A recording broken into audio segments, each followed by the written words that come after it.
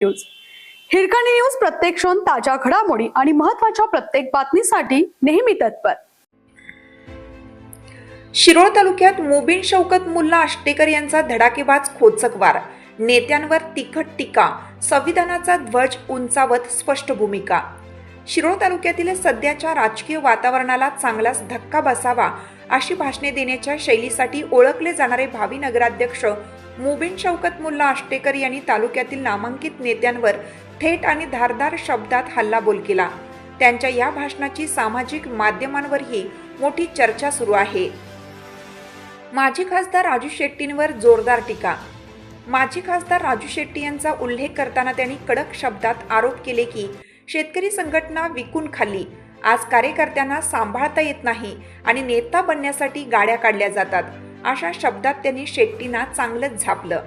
तालुक्यातील शेतकरी राजकारणावर या वक्तव्याचा मोठा प्रभाव होईल अशी चर्चा रंगली आहे।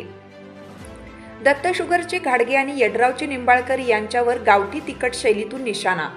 मुल्ला यांनी आपल्या ओळखीच्या बोली भाषेतील गावठी शब्दांचा वापर करून दत्त शुगरचे घाडगे यांना चांगलंच सुनावले। तसेच यड्रावचे निंबाळकर यांचीही त्यांनी खिल्ली उडवत जोरदार फटकेबाजी केली। त्यांच्या भाषणातील टोलेदार शैली आणि प्रखर शब्दप्रयोगामुळे या वक्तव्याची जोरदार चर्चा आहे।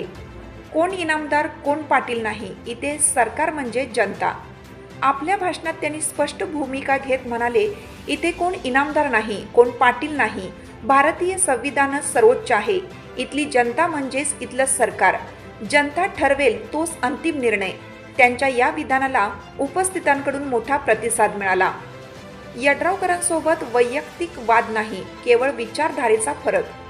तालुक्यातील राजकीय समीकरणांची चर्चा करताना त्यांनी एका मुद्द्यावर स्पष्टता आणत सांगितलं, माझा आणि आमदार यड्रावकरांचा वैयक्तिक वाद नाही, आमची विचारधारा जुळत नाही म्हणून मी वेगळा आहे।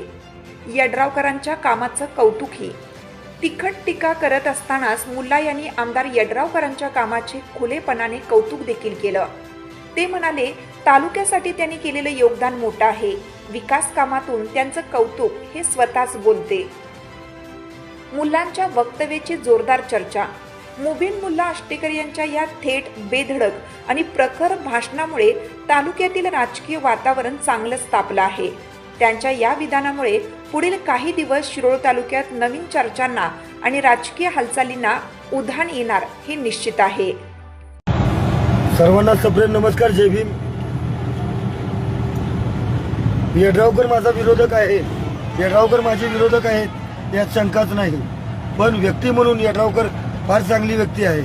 2011ला राजकारणाची सुरुवात केली त्यावेळी कोण काय म्हणतंय कोण काय नाही म्हणत याचा विचार आपण करायचा नाही, आपण आपलं काम करत राहायचं, या वृत्तीनं मला राजेंद्र पाटील यड्रावकरांना राजकारण शिकवलं। पण यड्रावकरांच्यात आणि माझ्यात वैचारिक वादविवाद होते, वैचारिक मतभेद होते आणि ते राहतील। भविष्यात मी त्यांचा विरोधक होतो, पण येणाऱ्या काळात राजू यड्रावकरांनी फक्त जयसिंगपूरसाठी काम केलेलं आहे। जयसिंगपूरच्या तमाम जनतेला त्यांनी सहकार्याची भूमिका घेतलेली आहे। बरेच त्यांच्या हातानं काम होत नाही, पण एक व्यक्ती म्हणून चांगली आहे। पण यड्रावकरांना विरोध हा तालुक्यातील जनता, तालुक्यातील हे काही छाटछूट लोक करत आहेत। त्यांना मला एवढंच सांगायचं आहे, अहो माधवराव घाडगे तुम्ही चिंचवड लुटला, त्या पतसंस्थेच्या माध्यमातून कोट्यावधी रुपये लुटला, मग तिथं जाऊन कारखाना काढला आणि त्या कारखान्याच्या माध्यमातून गोरगरिबांना लुटला, सरकारला लुटला आणि सबसिडीच्या माध्यमातून कोट्यावधी रुपये मिळवले। त्या राजू शेट्टींनी संघटना संपवली, स्वतःचे कार्यकर्ते त्या राजू शेट्टीने संपादिले नाहीत। त्या राजू शेट्टींना कारखानदाराबरोबर सेटलमेंट तडजोड करण्यात रस असतो। दुसरा तो निंबाळकर काय म्हणतो, मी सरकार आहे। अरे सरकार बेरकार, जागीरदारी, इनामदारी सन 1949ला संपली। आता इथं सरकार बेरकार कोण नाही, आता इथला सर्वसामान्य माणूसच सरकार आहे, इथले सर्वसामान्य जनताच सरकार आहे। त्यामुळं यड्रावकर हे माझे विरोधक जरी असले तरी यड्रावकरांनी सातत्याने माझा कधी विरोध केला नाही, कारण यड्रावकरांकडं काही नव्हतं त्यावेळी यड्रावकरांचा प्रचार आणि प्रसार मी केलेला आहे। यड्रावकरांच्या आमदारकीच्या तिकिटासाठी सुद्धा मी राबलेलो आहे। पण आज यड्रावकरांकडे सगळं आहे, पण मी यड्रावकर गटात नाही।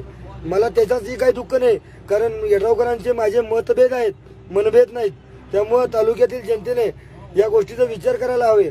यड्रावकर म्हणजे माझ्यासाठी फार चांगली गोष्ट नाही आहे, पण यड्रावकरांनी केलेलं काम आणि त्यांनी जपलेले कार्यकर्ते याचा विचार तालुक्यातील जनतेने करायला पाहिजे. या भामट्या ज्या येड्रावकरांच्या विरोधात एकत्रित झालेले हे भामटे, हे पण भामटेच आहेत आणि तो पण भामटाच आहे. त्यामुळे तालुक्यात ही लोक विकास करणार नाहीत. ही लोक एकमेकांवर टीका करून स्वतःची पोळी भाजून घेणारी आहेत. त्यामुळे जनतेने याचा विचार करावा एवढंच सांगतो. थांबतो. जय भीम. आपल्या हिरकणी न्यूज चॅनलला लाईक करा, शेअर करा आणि सबस्क्राईब करायला विसरू नका आणि रहा अपडेट.